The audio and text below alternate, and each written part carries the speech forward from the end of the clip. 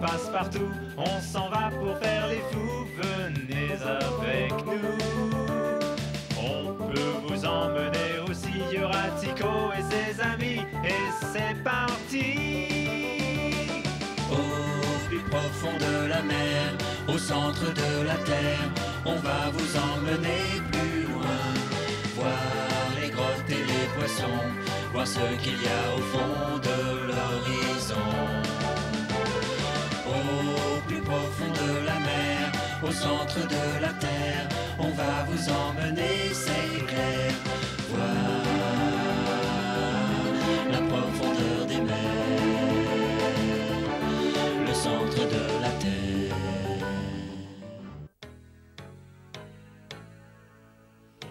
Depuis que nous avons quitté Londres, nous avons dû affronter les pires dangers. Transfert a tout essayé pour nous empêcher d'arriver jusqu'au mont Sneffels, mais une fois à l'intérieur du volcan, on a réussi à perdre la princesse Romy et Tico dans un labyrinthe de galeries souterraines. Le professeur a failli périr dans les sables mouvants et on a dû affronter un horrible monstre.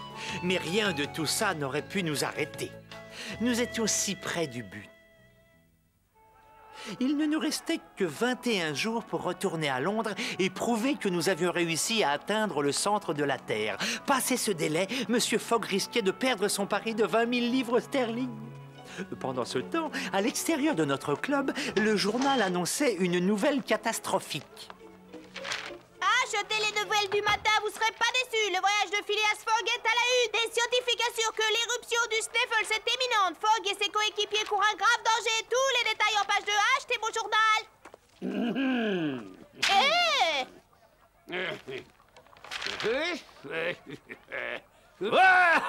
C'est la meilleure nouvelle de la journée. Phileas Fogg n'a aucune chance de revenir un jour vivant à Londres. Et je vais empocher les 20 000 livres. Ah, Sullivan. Un journal, monsieur? Non, va-t'en, petit. Prenez le mien, my lord. D'après ces journalistes, l'expédition de Phileas est vouée à l'échec. Le professeur Frederickson va venir à Helsinki pour nous parler de cette soi-disant éruption. Il n'est pas certain que c'est des dieux. J'ai hâte de discuter avec lui.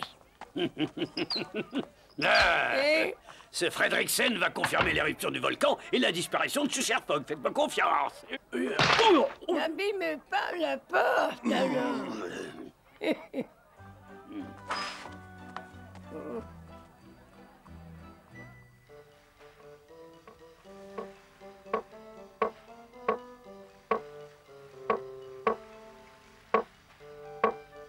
Allons, dépêche-toi, Passe-Partout. Quoi? Qu'est-ce qu'il y a? Si tu n'as pas besoin du marteau, tu veux bien me le passer? Merci. J'arrive pas à en croire mes yeux. Le radeau est presque terminé. Hey, ça nous a pris 5 jours de travail intensif, mais il est presque prêt. On va pouvoir le mettre à l'eau bientôt. Je me demande où conduit cet étrange océan souterrain. Pas toi, mon grand. Hop là. J'espère simplement qu'il sera assez solide pour nous transporter tous. On sait jamais, on peut essuyer une tempête. Ne t'inquiète pas, Passe-Partout. Ce magnifique radeau est fait pour résister à tout. Oui, il est très lourd. C'est normal, Hans. Nous avons utilisé du bois de première qualité, des troncs de sapin et de bouleau, des arbres qui existaient déjà du temps de ce bon vieux Saknunsen. Oui, monsieur Fogg. Ces arbres ont 1000 ans et qui sait peut-être même plus, ils sont tellement vieux qu'ils se sont fossilisés. Ils ne flotteront pas. Mais si! Je te propose de faire une petite expérience pour reposer ta cervelle. Attention, regarde bien, ce bout de bois va flotter.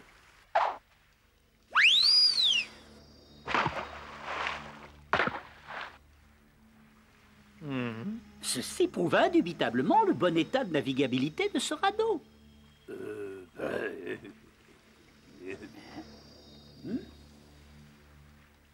Ne t'inquiète pas, il ne nous arrivera rien. Regarde, le revoilà. Saperlipopette, bravo, bravo, professeur. Ça flotte. Évidemment, je t'avais dit de ne pas t'inquiéter. Et d'après ce que je vois, ce bois fossilisé n'est pas la seule chose qui flotte à la surface de l'eau. Tico, sors de l'eau, tu vas attraper un rhume. Allez, dépêche-toi. Tico! Encore 5 petites minutes, princesse, s'il vous plaît, c'est trop bon. L'eau est délicieuse et je me demandais ce que ressentaient les dinosaures qui venaient se baigner dans cet océan il y a des millions et des millions d'années.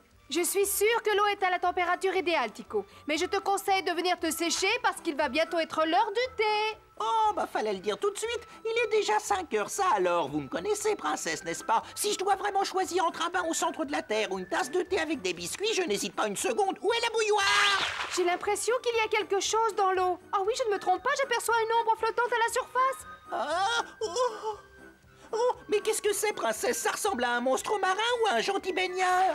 De toute façon, je préfère revenir sur la rive avec vous. Oh, je suis vraiment désolée, j'ai dû faire une erreur. Je ne vois plus rien, excuse-moi. Ça va, Clico? Très bien, j'ai pas eu peur. J'aime bien piquer un spring dans l'eau de temps en temps. J'étais sûre d'avoir vu quelque chose, c'est très étrange. J'ai dû me tromper. Oh, c'était juste mon imagination.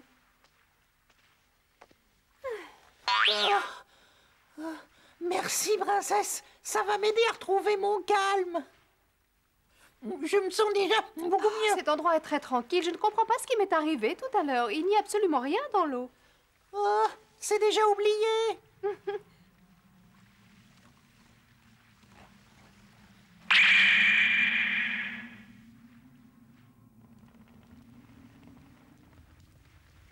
Ça marche, maître. Vous aviez raison, ce bois est un combustible idéal. C'est normal, Passepartout. Il est tellement dur et vieux qu'il ressemble presque à un morceau de charbon. Mais on ferait peut-être mieux d'éloigner ce sac de poudre si tu ne veux pas qu'il y ait d'explosion. Il suffirait d'une minuscule étincelle pour tout faire exploser et nous transformer en poussière d'étoiles. Fogg, venez voir, j'ai fait une découverte intéressante. J'arrive tout de suite, professeur. Dès que Passepartout aura rangé le sac de poudre, on ne peut pas se permettre d'avoir un accident. Si près du but, ce serait trop bête. Vous êtes sûr de vous, professeur? Oui, ces signes ressemblent à ceux que l'on a découverts dans la grotte. Eh bien, cher ami, que se passe-t-il? Qu'avez-vous trouvé de si intéressant? Nous ne sommes pas les premiers explorateurs à avoir atteint cet endroit. Regardez, ces preuves sont formelles. Une ou plusieurs personnes nous ont précédés dans ce paradis. Vous avez raison, c'est une preuve indiscutable. Je vous parie qu'il s'agit du tombeau d'un membre de l'équipe de ce bon vieux Saknunsen. Je crains que vous n'ayez vu juste, cher ami. Mais vous n'avez pas encore lu l'inscription qui est gravée sur le rocher. Je vous préviens, vous risquez d'avoir un choc.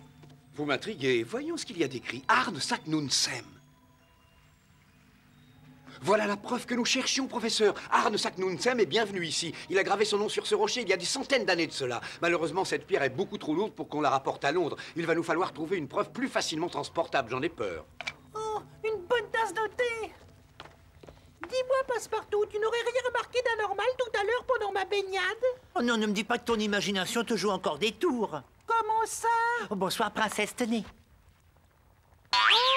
Bonsoir, Passepartout. Je n'arrive pas à comprendre comment vous pouvez nous dire bonsoir alors que le soleil n'est pas couché. Parce que mon petit Tico, d'après ma montre, c'est l'heure du souper. Que dirais-tu d'un peu de thé? Avec plaisir. Youpi! Youpi! Ah, le thé est prêt. À l'heure, comme d'habitude. Félicitations, Passepartout, toujours aussi ponctuel. Bonsoir, Monsieur Fogg. Merci infiniment, Tico. Et bonsoir. À ma montre, il est 11 heures.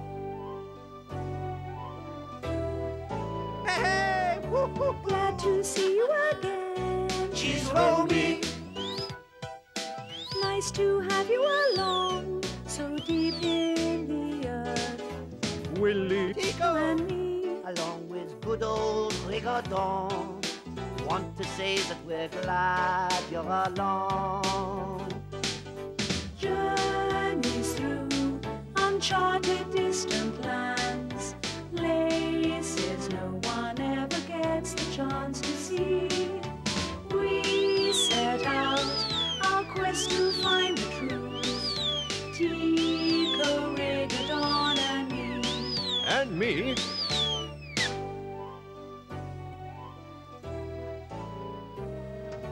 Come and join us again the next time. Le lendemain matin, on mit le radeau à l'eau. Allez, encore un petit effort. Bouge, Passepartout, c'est moi qui fais tout le travail. Je fais de mon mieux, mais ces troncs d'arbres sont trop lourds. Ils ne veulent pas bouger. On a réussi. Bravo. Qu'est-ce que vous attendez pour grimper à bord? On va lever l'ancre dans 5 minutes. Je vous avais bien dit qu'il flotterait. Passe devant, ma chérie. Hop là. À votre tour, professeur. Et hop là. Vous êtes tous là? Parfait, la traversée va pouvoir commencer. Hissez la voile, moussaillon.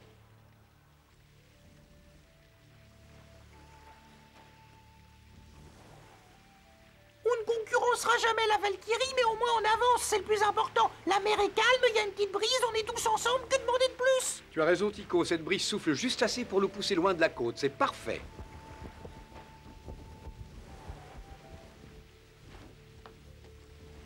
Vous voulez bien prendre la barre, Fogg?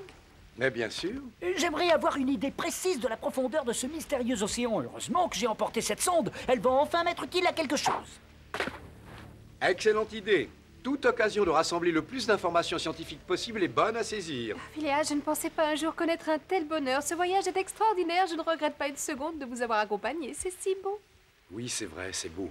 Il ne nous reste plus qu'à trouver une preuve de notre passage dans cet endroit, la rapporter à Londres et la faire admirer à tous nos amis du club. Vous avez un problème, professeur? Venez m'aider, je vous en supplie. Ma sonde a dû se coincer dans un rocher, je n'arrive pas à la remonter. Oh! Ah oui, je vois. Vous êtes prêts? Tirez! Si c'est un poisson qui l'a pris pour un appât, il doit être énorme. Ça y est.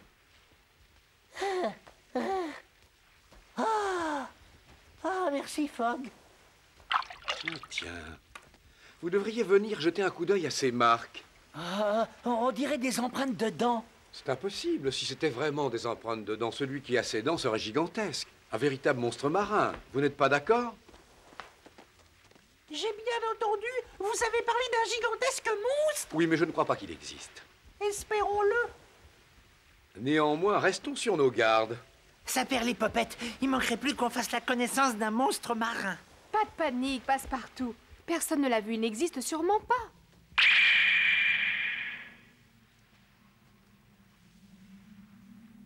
Nous allons organiser des tours de garde. Hans, tu prends le premier quart. Alors que nous avancions sur ce mystérieux océan, je ne pouvais pas m'empêcher de penser que quelqu'un nous épiait. Je ne peux pas vous expliquer, j'avais comme un mauvais pressentiment. L'océan était peut-être trop plat. Cela ressemblait au calme qui précède souvent une terrible tempête. Et au fond de moi, une petite voix criait « Pourvu que tu te trompes! Pourvu que tu te trompes !»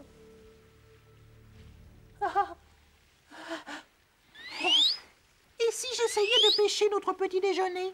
Mon yo-yo peut très bien remplacer la meilleure des cannes à pêche, pas vrai? Si tu vois un monstre, tu me préviens. Ne t'inquiète pas, je monte la garde. Attrape-nous un beau poisson, j'ai déjà l'eau à la bouche. Tu n'es pas le seul, le temps est vraiment agréable. Espérons que ça va durer jusqu'à la fin de la traversée. Mais parlez moins fort, les autres se sont endormis.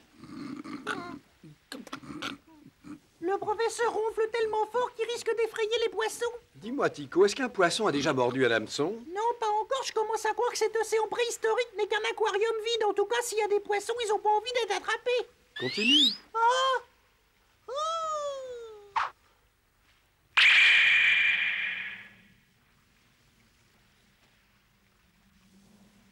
Hé, une petite minute. Ça y est, je crois que j'ai une douche. Oui, venez voir.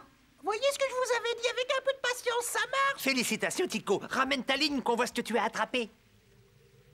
Mais c'est pas un petit poisson, je vous parie que c'est un gros thon ou alors un énorme saumon, on va se régaler.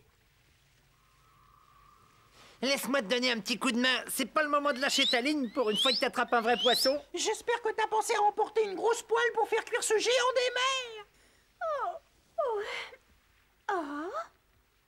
Oh, regardez, j'aperçois quelque chose dans l'eau qui fonce tout droit sur nous.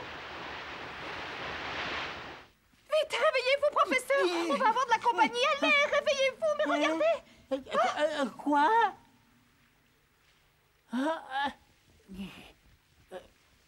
Je suis sincèrement désolé, princesse, je crois que je me suis endormi. Qu'est-ce qui vous arrive?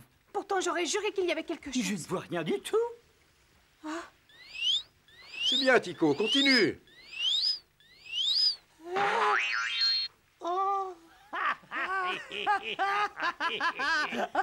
Alors ça, c'est le bouquet, tous ces efforts pour un bouquet d'algues. Je vous l'avais bien dit, il n'y a pas de poisson dans ce maudit océan. On dirait un aquarium vide.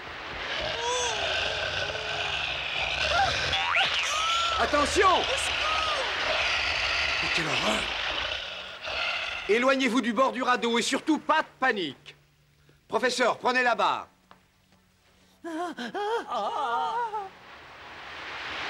Accrochez-vous au mât, Romy. Attention!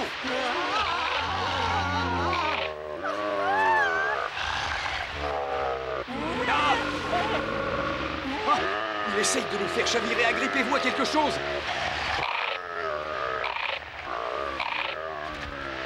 Romy, je vous en supplie, quoi qu'il arrive, ne lâchez pas le mât. Je reviens. Soyez gentil, faites ce que je vous dis. Oh! Saint-Pierre-Lipopette, ce monstre a juré notre perte, on dirait. On va couler. Il faut faire quelque chose, sinon cette horrible bestiole va nous réduire en pièces. Quelle étrange créature! La plaisanterie a assez duré. Regroupez-vous tous autour du mât. Je vais montrer à ce monstre quel patron ici. Je vous accompagne au cas où vous auriez besoin d'aide. Soyez prudent. Ne vous approchez pas trop de lui, monsieur. Ça va, vous n'êtes pas blessé? Non, ça va. Éloignez-vous de sa mâchoire, Fogg. Ses dents sont plus coupantes que des rasoirs. Phileas, attention! J'aime pas la façon dont il vous regarde, monsieur. Je crois qu'il vous a choisi comme goûter. Frappez-le avec votre marteau, monsieur. Allez, dépêchez-vous. Mais c'est votre seule chance. Hurrah! Bravo, monsieur!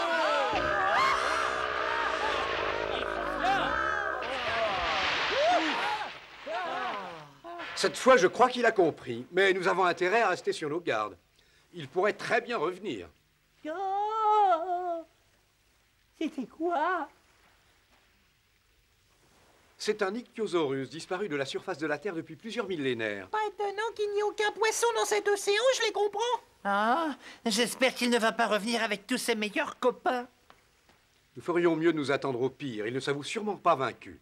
Je ne sais pas s'il est seul ou s'il vient en troupeau, mais ce qui est sûr, c'est qu'on va devoir défendre nos vies. Et le coup de marteau que vous lui avez asséné sur le museau suffira peut-être à le dissuader de nous attaquer une seconde fois. Oh, Phileas, le revoilà, regardez!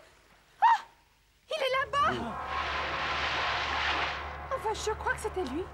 J'ai aperçu quelque chose à la surface de l'eau, moi aussi. C'est sûrement lui. Vous en êtes sûr? J'ai rien vu du tout. La mer est calme. C'est votre imagination qui vous joue des tours. Il a raison, je ne vois rien. Je suis désolée, j'aurais juré l'avoir aperçu. C'était probablement l'écume des vagues qui vous a induit en erreur, princesse. Ce n'est rien. Mais enfin, Hans, la mer est plate. Il n'y a pas de vagues. Oh! Tu as parlé trop vite.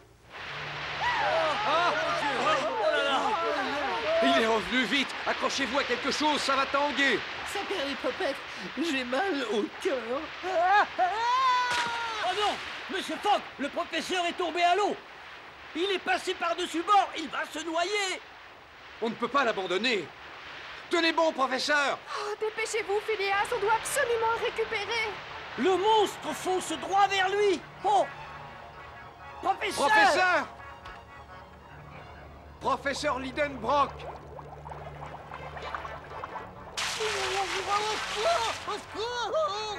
Je me noie. Il faut aller le chercher, vite!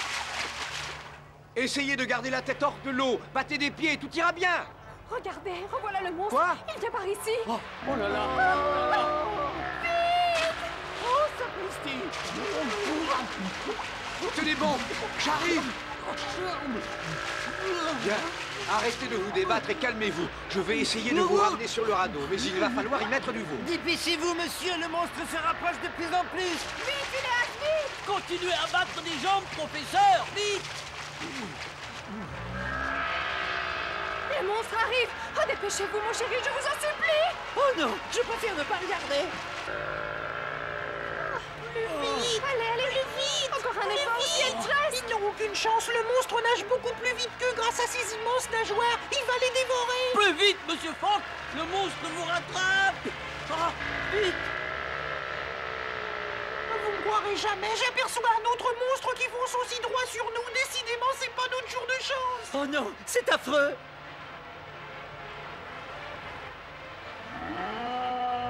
Cet autre monstre ne pouvait pas mieux tomber, il nous a sauvé la vie. Dépêchez-vous, montez, monsieur.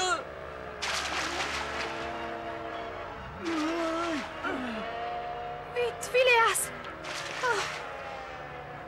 Bien joué, monsieur Fogg. Saint-Pierre-les-Popettes, j'ai du mal à en croire mes yeux. Regardez là-bas. Oh non, mais qu'est-ce qui va se passer maintenant? J'ai peur!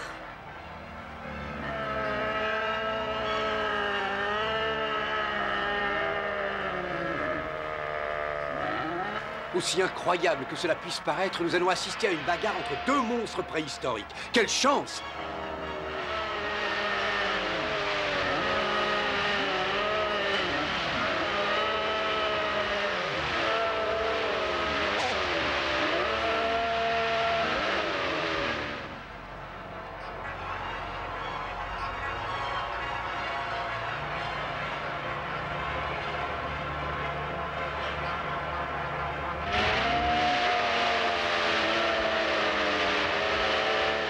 Vous avez vu ça? Oh. C'est trop affreux, je préfère ne pas regarder, mes nerfs vont lâcher. Incroyable! D'abord un ichthyosaurus et maintenant un véritable plésiosaurus. Ils se battent pour survivre, très probablement jusqu'à la mort de l'un d'eux. Vous avez vu juste, c'est un combat à mort, comme autrefois.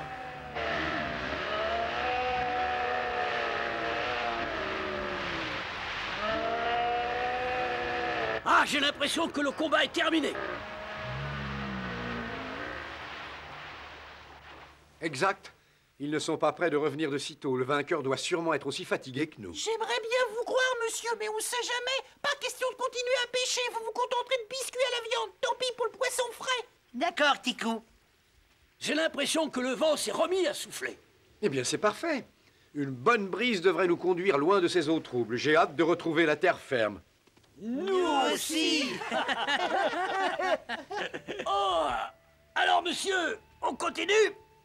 Mais oui, Hans, bien sûr, on continue plus que jamais.